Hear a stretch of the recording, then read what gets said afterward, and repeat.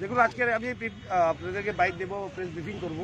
সেটা 13 তারিখে যে মিটিং হওয়ার কথা ছিল, যে কার্যক্রমের কথা ছিল আস্তর ময়দানে, সেটা সম্বন্ধে সেটা সীমিত একটা প্রেস ব্রিফিং। এবং গতকাল সন্ধ্যার সময় আমরা মন্ত্রীরা, এমএলএরা মুখ্যমন্ত্রীর হাউসে যাই, সিএম হাউসে যাই, ওনার সাথে আলাপ করি।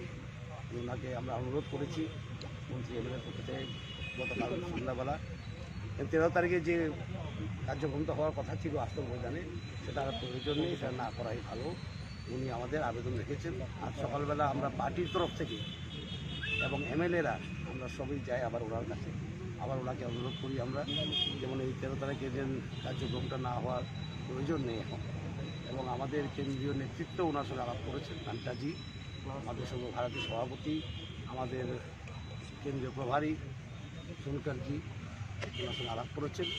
এবং আমাদের মাননীয় মুখ্যমন্ত্রী তিনি আমাদের আবেদন রেখেছেন, তিনি বলেছেন যে প্রয়োজন নেই, এটা আমরা বলেছি। এবং এই জন্য আমি বলতে চাই যে 13 তারিখে যে কার্যক্রম হওয়ার কথা ছিল আস্তর ময়দানে, সেটা এখন হবে না, করার দরকার নেই। এবং আমরা ধন্যবাদ জানাই মুখ্যমন্ত্রীদের, আমাদের আবেদন তিনি রেখেছেন, এই জন্য আমরা ধন্যবাদ জানাই। এতটুকু আজকে বলা যে 13 তারিখের কার্যক্রমের এখন প্রয়োজন নেই।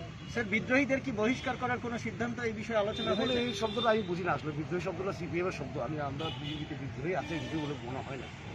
সোনকারজি কালকে বলেছেন আপনাদেরকে, বড় পরিবার, সেখানে অনেক রকম ভিউজ থাকে, সবার ভিউ শোনা হয়, এতটুকু। এবং আজকেও তো দেখলাম বহু বিধায়ক এইখানে। দেখুন, আপনার ভুল করছেন জিনিসটা। This is not show of strength. Show of স্ট্রেংথের ব্যাপারই নাই বিজেপিতে। আমরা বিজেপিতে শো অফ স্ট্রেংথ করি না, ঠিক না?